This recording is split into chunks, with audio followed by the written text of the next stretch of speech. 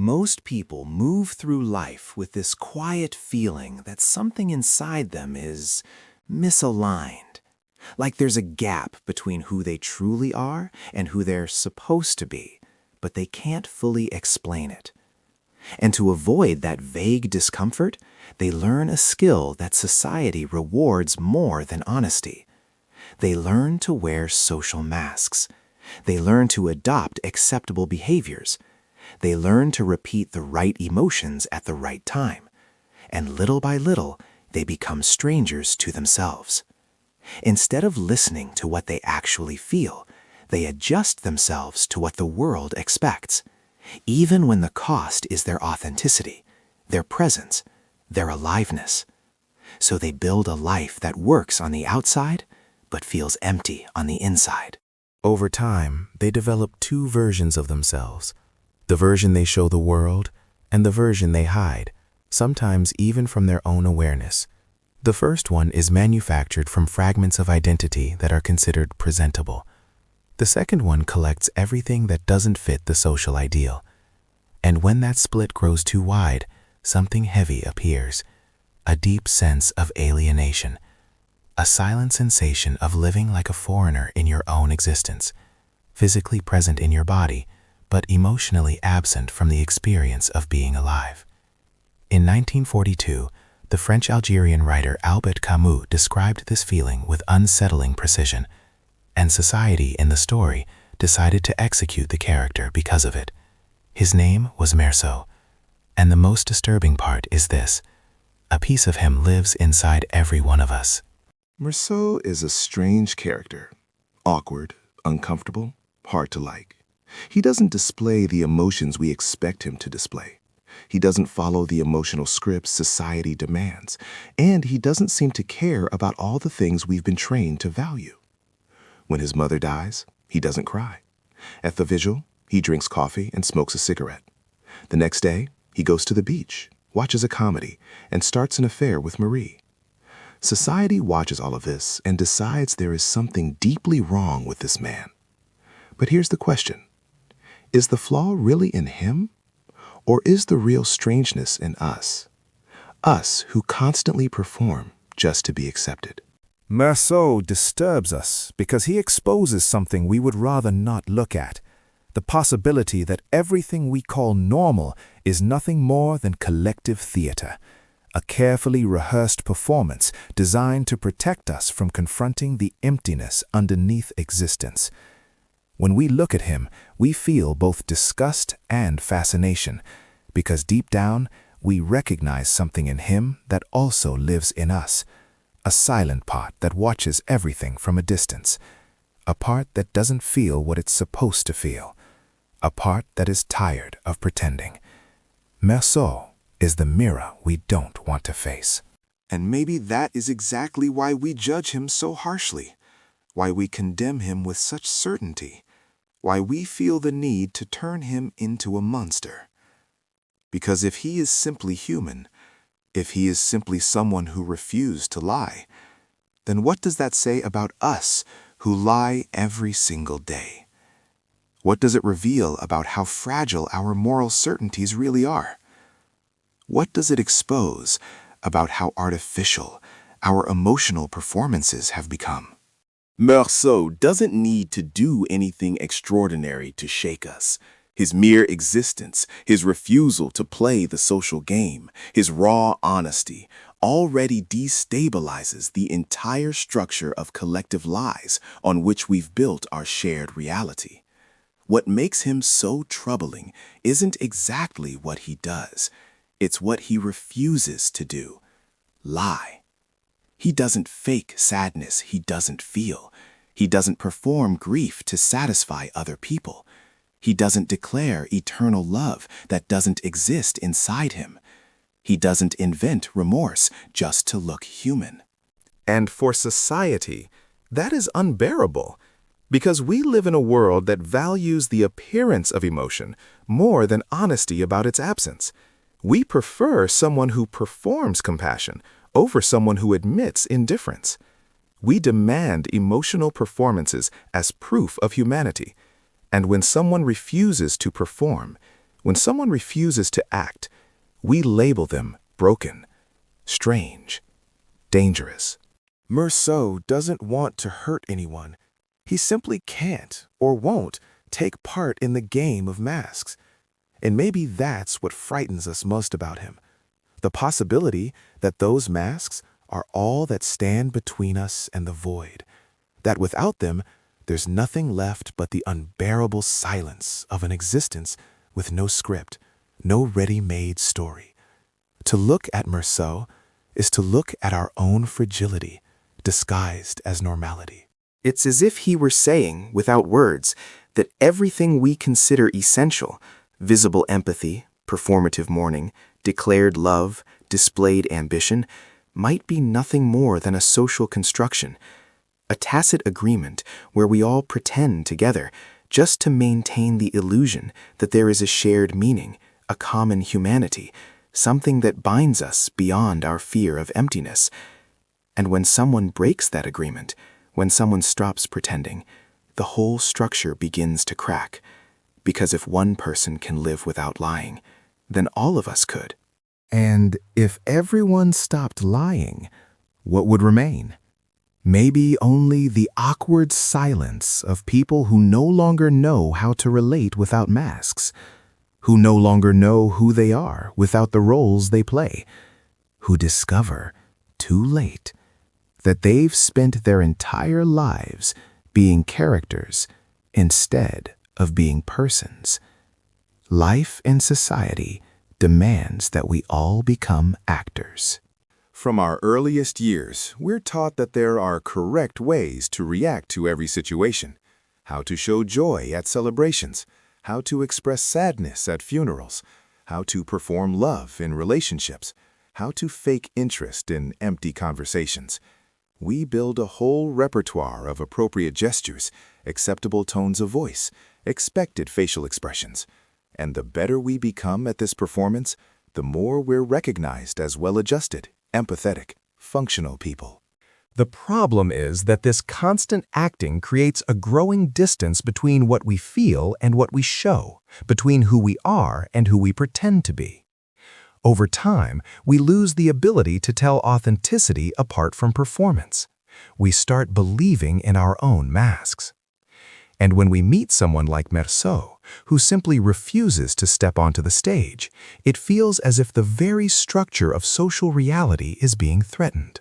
Because if he can exist without pretending, then maybe all our performances are useless.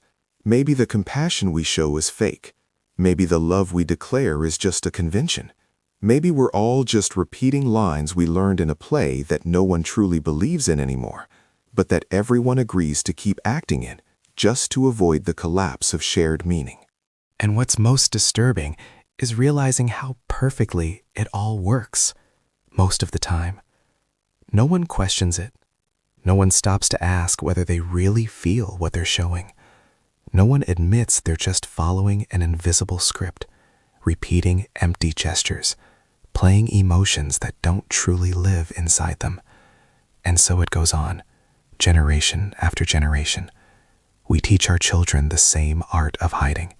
We pass down the manual of how to be accepted instead of the manual of how to be true. Until one day, someone like Meursault appears and simply says no. And the whole theater panics. Because if even one person can live without acting, then the play loses its meaning. And if the play loses its meaning, what do we do with all these fake emotions we've stored up?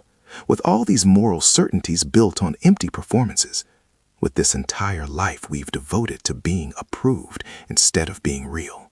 Meursault is not just a literary character from 1942. He is the portrait of a feeling that lives inside millions of people today. How many times have you felt physically present, but emotionally absent? How many conversations have you had where every word felt empty, mechanical, without any real connection? How many times have you looked at your own life with the feeling that you were watching it from a distance, like a spectator of your own existence? That sense of strangeness, of being a foreigner in your own life, is not Meursault's alone.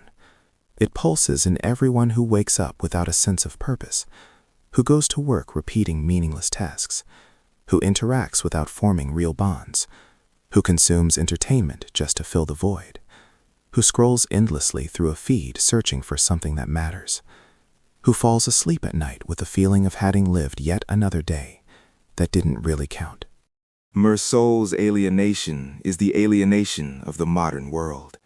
A life lived on autopilot, where everything works, but nothing truly exists.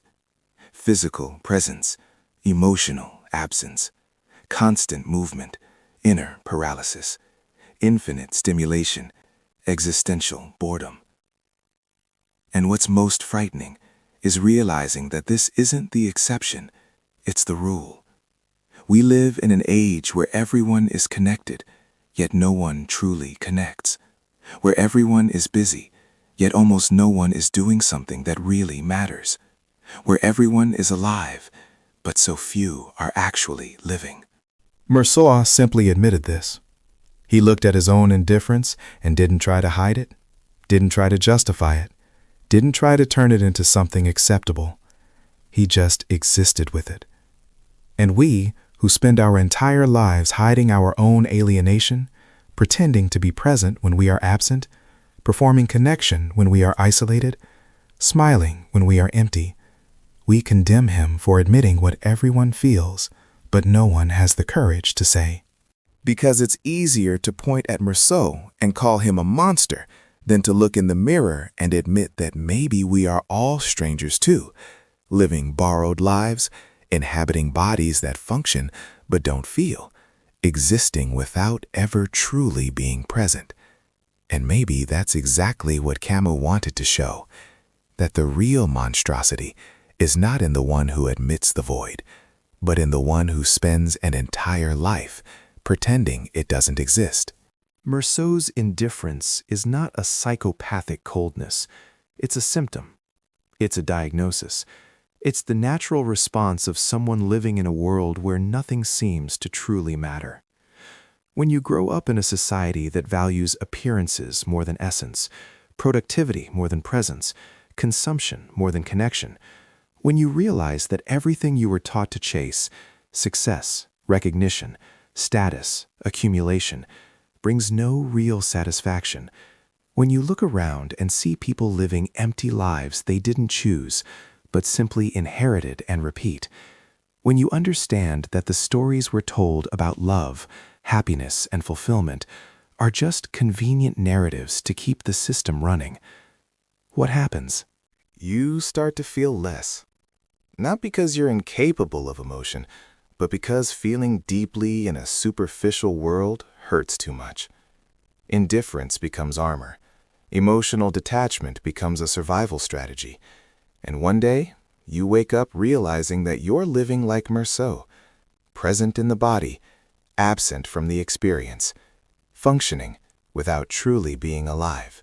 And society looks at you and says, the problem is you, that you need to adjust, to fix yourself, to conform. But maybe the problem isn't in the one who feels too little. Maybe it's in a world that offers so little worth feeling. Think about your own experience. How many times have you felt that emotional numbness, that inability to be moved by things that, in theory, should touch you? How many times have you faked enthusiasm you didn't feel, love that wasn't there, sadness you didn't have? And why did you do it? Because you learned that showing indifference is socially unacceptable, that admitting nothing touches you is confessing a moral flaw, that revealing the emptiness inside is exposing yourself to judgment and rejection. So you learn to manufacture emotions. You learn to smile at the right moment, to cry when it's expected, to show outrage when it's required. And over time, this fabrication becomes so automatic that you forget that you're pretending. You forget there's a difference between truly feeling and merely showing what's expected. Until the day you meet someone like Meursault, someone who never learned to fabricate, someone who simply exists with his indifference exposed. And you feel a mix of horror and envy. Horror because he reveals the lie you are living in.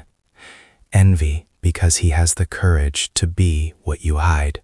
Camus built The Stranger as a philosophical illustration of the absurd. And what is the absurd?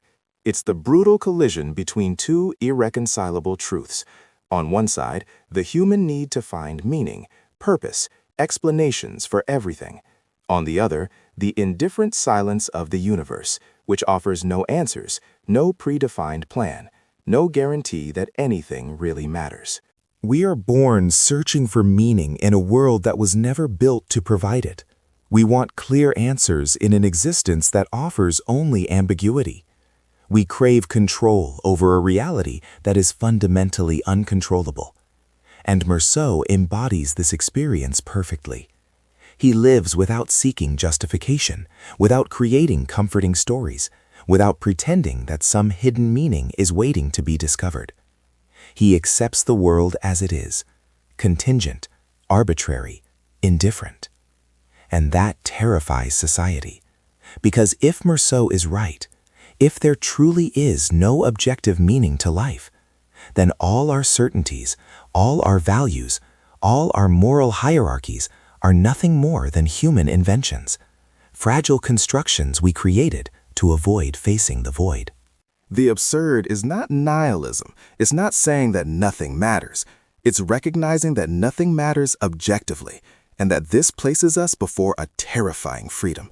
The freedom to create our own meaning, without script, without guarantee, without promised salvation.